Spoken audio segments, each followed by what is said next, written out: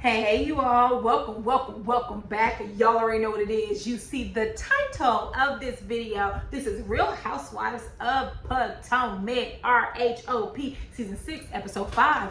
Before we go ahead and get into it, I want to say thank you so much for all of your beautiful and wonderful birthday wishes. I had a blast for my birthday. My actual birthday was Friday, August 6th. So some of you all was like, happy belated. No, girl, you're not late. My birthday was at the end of the week, but I found out on Monday that I was going to dinner on Friday, and like I hadn't did my hair, so I had to do my hair. I had to put the clip-ins in, which they're no longer in. I took them out, but I had to do all those things because, you know, you got to lay your hair right with those clip-ins. So I had a wonderful time. It was myself, my husband, one of my oldest and dearest friends, and her husband, my brother-in-law. So I had an amazing time. Like literally we went to Steak 48 and we were there from like 9 to like 1 o'clock in the morning. So I had a great time. So thank you all so much. I do have 3 videos to record, and it is almost 11 o'clock at night. So I am tired. I am delusional. Like literally I am nodding off as I speak, but I'm gonna go ahead and get through these videos. I have 3 to do: Potomac, Love and Marriage Huntsville, and Beverly Hills. If you ask about BET Presents, honey, you can forget about it because the last 2 episodes were boring. But I will sort of kind of touch on them when I review the season finale. When I review the season finale that comes on Wednesday. So now that we've gotten that out the way, I am going to go ahead and review these shows, but I will not be going scene by scene.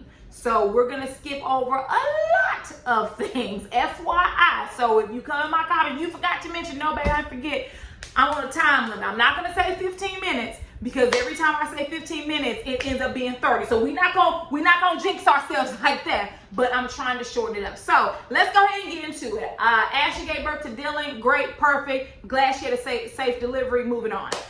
Mia is walking to the park to have a picnic with her children, her husband. And baby, they're walking and Mia, you know, strutting like she in a Hollywood movie. And girl, didn't nobody have Juju's hand. And the baby falls off the side of the curve. And Mia goes, ah! Girl, Mia, if you would pay more attention to your children and less attention to how that jacket is sitting on your shoulders, right? Somebody should have been holding the baby's hand. Whether it was Mia, G, or one of the boys, they should have been holding her hand. And then G said, uh-oh, watch the traffic. Now, isn't that a little too late, sir? Watch the traffic. Poor baby. I'm glad Juju was okay. So in this scene, Mia asked her son Josh, like, do you think I work too much? And of course he said yes. All children are gonna say that, but she explains to him that I'm working this way so you all can have the things you need and the things you want. Understandable, but does Mia really have to work that hard? And I'm asking seriously because I don't know. Because I feel like, gee, those are his businesses and he's just allowing you to physically represent them. Because we have I don't want to call it an epidemic, but there's a trend where everyone is pretending to be so busy and nobody's busy. We have all these socialites that don't do nothing. I'm just telling the truth. And so is she really busy, or is she just putting up that front? I don't know. You all tell me what you think about that. So she talks about her mom, who was supposed to join them at the picnic, but her mom didn't. She ghosted them. And so now she is scheduled for them to have a lunch. Apparently her and her mother have never, ever sat down and talked and had lunch, which my heart goes out to Mia. The jury is still out on her, whether I like her or not. But one thing I will say is that her story has a lot of depth to it. More than a lot of people's stories on this show. There's a lot of depth. And so she talks about being in foster care, and she talks about how, I think G even said, you know, the reason why your mother may not want to interact with you is because you remind her physically of your father. We don't know what Mia's father looks like. At least I don't think they've shown a picture of him, but apparently she favors him and maybe her mother can't face that. Either way, you know, I feel the more Mia tells us about her background, the worse I feel. So moving on. So next we see Candace. She talking to Chris, and of course she planned a trip to Williamsburg. but she didn't invite Ashley. Here's the thing. I wouldn't have either. Ashley has been a menace towards Candace, and I wouldn't have invited her, but also Ashley just had a baby, so why would you? Now, what I will say, Candace, is that later on in the episode, you say, oh, I didn't invite her because I forgot, you know, my turban was too tight. Girl, keep it 100. If you're going to be real, just say, I didn't invite her because I didn't want her there, okay? She doesn't deserve to be around me after last season, okay? That's why I didn't invite her. But, of course, you didn't do that, right? So, we then see Gizelle and Ashley meet at Ashley's house. So quick timeout, and I asked this question in all seriousness. Were they taking COVID tests back to back? Because we are still in a pandemic. I know many of you don't believe it, but we are still in a pandemic. We may be even worse off than we were before. And you have Gizelle coming in here doing all this in Dylan's face. Like, girl, you would have to come in my house with a mask and a shield. It just is what it is. Like, boo, I don't know where you've been at, and you all in my newborn baby's face who doesn't have an immune system yet. Like, back up. But anyways, they're talking about the children. I didn't know that Grace and the twins were 18 months apart. That was actually shocking to me because the twins, I won't say they act immature, they do, but I will say Grace carries herself with a lot of grace and maturity. And maybe because she's quiet too. Sometimes when you're quiet because you don't speak a lot, you seem a little bit more mature. She seems more reserved. The twins seem more like they're still in their little bratty stages. Like when they were, you know, when they were talking about her not passing the test, I was like, girl, just you wait. Grace, don't worry about it. Let me tell you something. I passed the written test with flying colors the first time. But baby, that driving portion, oh hell. It took me, it had to be 3 or 4 times before I got my license. Like, I'm going to tell y'all something that don't nobody know. Exclusive on Canary. I didn't get my driver's license until after I went away to college, my freshman year. I went away to college because I had failed it like 3 or 4 times. And I think in the state that I used to live in, once you fail it 3 times, it's like a required like amount of time that you have to wait until you can take it again. So I didn't actually get my license until I came home from college for winter break. I got it in December. But I'm a good driver now, y'all. So listen, Grace, dust yourself off and try again. Remind me to tell y'all my horror stories about that damn driving test. But anyway, we're not talking about me. So Gizelle tells Ashley about Candace's trip, and she was like, oh, you don't know about it? Of course she doesn't, Gizelle, and you know she doesn't know about it. That's why you mentioned it. And so Gizelle goes ahead and invites Ashley, and Candace, you better than me because I don't give a damn when or how she invited Ashley. Ashley would not step foot into that plantation or that cottage, just me. So then Gizelle tells Ashley about the incident with Mia. Quick commentary since I didn't review it last time. Gizelle's a mean girl. She would have never told me what the F I was going to do and who not to effing talk to like that. I would have told her to get her effing jaws that sag all the way down to her shoulders fixed before she curses me out. That's what I would have told her, okay? But anyways, she said she wants to know Mia's story so she can tell her children what not to do. Well, if your children want to know what not to do, they can look directly at you and Jamal. Neither one of you are a prize. Look at Jamal. He stay making children and having babies and stay trotting around the globe, laying it low and spreading it wide. And then look at you. You married a man after he was cheating on you.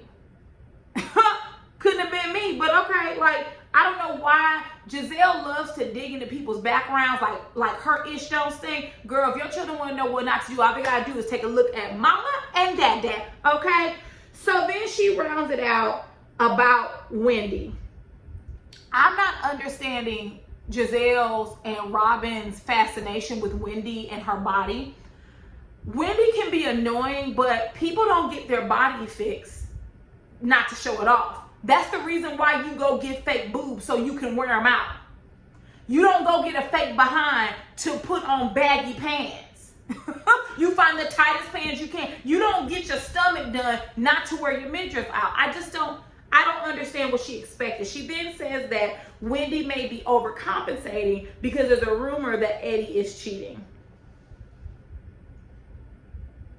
Wendy gonna let you have it next episode. I'm gonna leave that right there. Moving on. Next, we see Wendy and Eddie are talking, and not much here with this scene. I did want to point out that y'all saw how many times Wendy had to stop and start recording part of her course or introduction to her course because her children, her husband was in the background.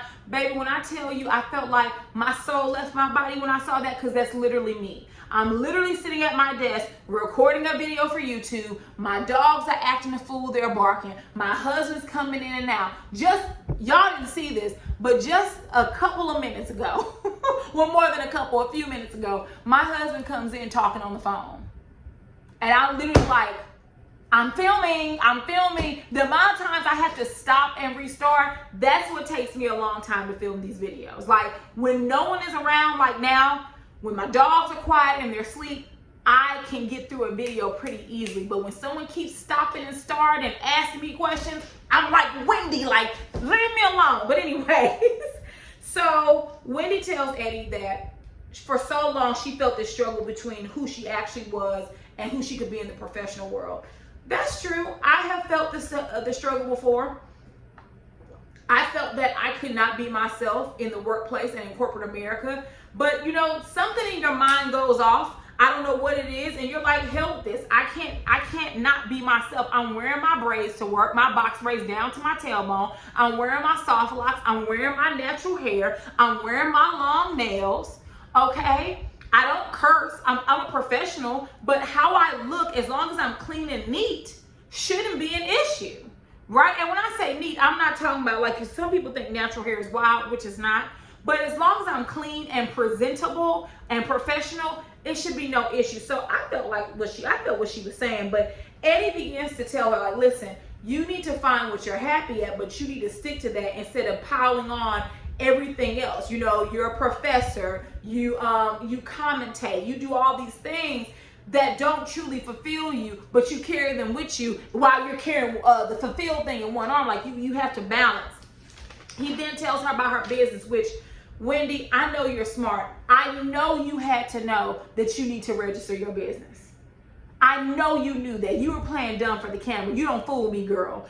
But he was giving her all the advice that Karen gave her. You know, you need to have a business plan. That's what Karen told her.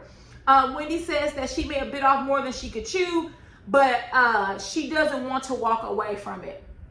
Well, if you don't want to walk away, then you have a lot of work to put in. Moving on. Next, we see Gizelle and Robin arrive to a restaurant so they can meet with Mia.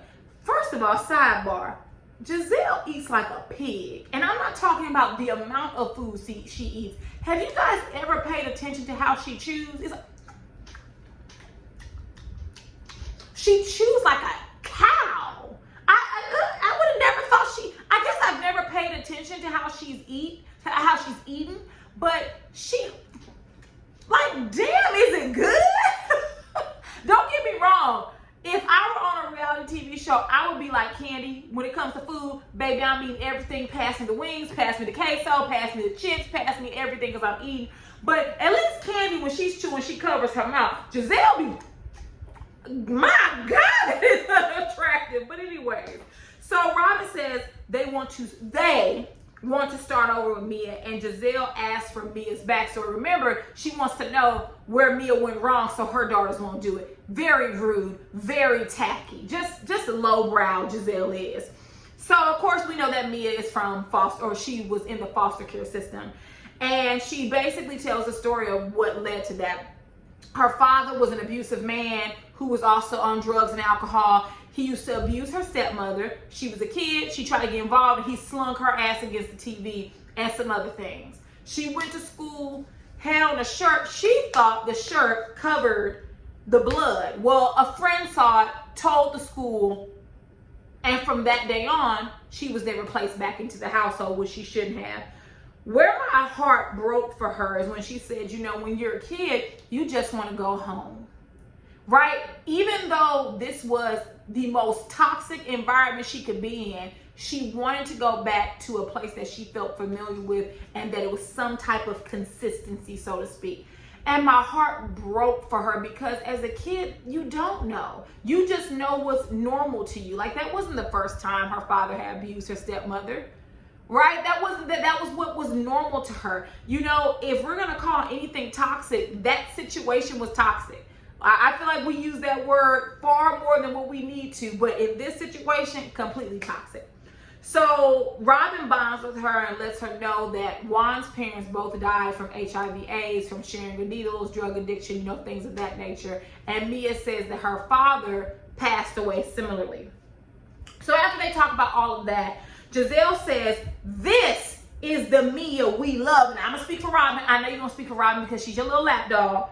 But they don't like the group Mia. How Gizelle talks to women, that has to be how she's talked to women when she was in college. Because you have to remember, she was a beautiful woman, and let's not pretend like in the 70s or 80s, that light skin with green eyes wasn't a prized possession. You know the black community struggles with colorism. She was on the top of the food chain in Hampton. You had men who wanted to be with her and girls who wanted to be like her. And so she talked to them the way she talks to Mia, or the way she talks to Robin.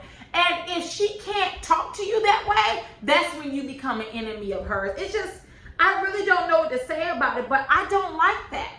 It's nasty, it's rude, it's unbecoming. Like, who are you to talk to someone like that, Gizelle? Like, you have, and I don't know what's wrong with you, Mia, to be such a boss. You let this girl talk to you real crazy, because she would not talk to me like that. I don't give a damn what you like, Gizelle. I don't like your saggy neck.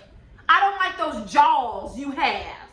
But no one's talking to you about it. So whatever, we're going to go ahead and move right on along. Next, the ladies are ready to go to Williamsburg. Candace has rented out a party bus. Shout out to Candace. And as the women come on, you know, everybody's coming on with their luggage. Pause. Candace and Wendy had the same luggage. No shade, but I've seen that luggage on, not on Instagram, but on Amazon. Is it good luggage? I'm asking because I got a trip soon.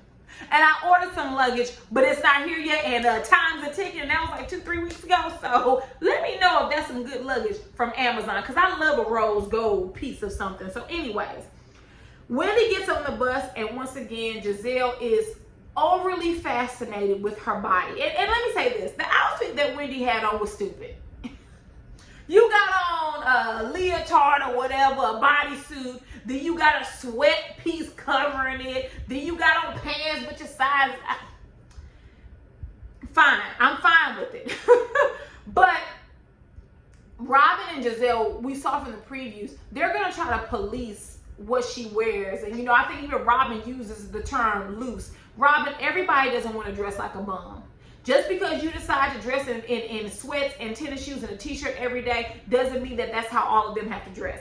And to be honest, Wendy has more revealing stuff. But now that she has the boobs and the stomach and the behind, she may be going, you know, above and beyond, but it's her body, she paid for it. Karen gets on the bus and Gizelle is pressed. She's sitting there looking like this when Karen gets on the bus. No one should ever get under your skin to that extent to where your complete demeanor changes. You better never let them see you sweat. Anyways, Gizelle tells Candace she invited Ashley, which, Candace, you better than me. I would say, okay, girl, then you better call and uninvite her. And if you don't do it, I gladly will. Baby, I don't give a damn. Okay? Invite someone to my stuff that ain't invited. You gonna uninvite them, or I'm going to uninvite them, or we're gonna have a police escort waiting for them. Which option would you like? Okay? So then I think Candace asked Robin, you know, like, when are you gonna have another child? Which, pause. Can we move on from asking women, A, when they're gonna have children, or B, when they're gonna have more? It wasn't until I had a conversation with my mom that I realized that my parents wanted more children than 2. But they had my sister, and then 5 years later, boop, I popped up. And my mom was like, it wasn't that we weren't trying. You just didn't come until 5 years later. So even if a woman already has a child or children, they could be trying to conceive and for some reason it's not happening. Please stop asking people that. Like, Candace, would you like if people, well, you know what, Candace, people probably do ask you that, which is why you asked her that. But anyways, Robin says she let him stay in it, which means she let him shoot at the club. And all of a sudden, Wendy, that's my dog. See, I told you I can't do nothing without them clowning. So Wendy jumps up and starts screaming, ah, ah, and she begins to twerk up and down. It was very reminiscent of when they were at Robin and Juan's engagement party, and Wendy was, ah, ah. You've been knowing Robin for 10 minutes. All that is not necessary. And this is what she did. And I don't know why she jumped up and decided to twerk 5 times. It made no sense, but I guess she just got a new body. So anyways, they decided to do a little pole dancing concert. Long story short, all of them. Gizelle horrible, Robin horrible. I don't know what the hell Karen was doing. Wendy doing too much. Ascala was cute. Candace was cute. And Mia did a good enough job. I wasn't impressed. I saw a lot of people going up on Twitter. I was like, you would have thought she would have jumped to the top and slammed to the bottom in a split. Honey, it was cute, right? She could move, but when she started to twerk, I said, oh no, she ain't got nothing back there to twerk.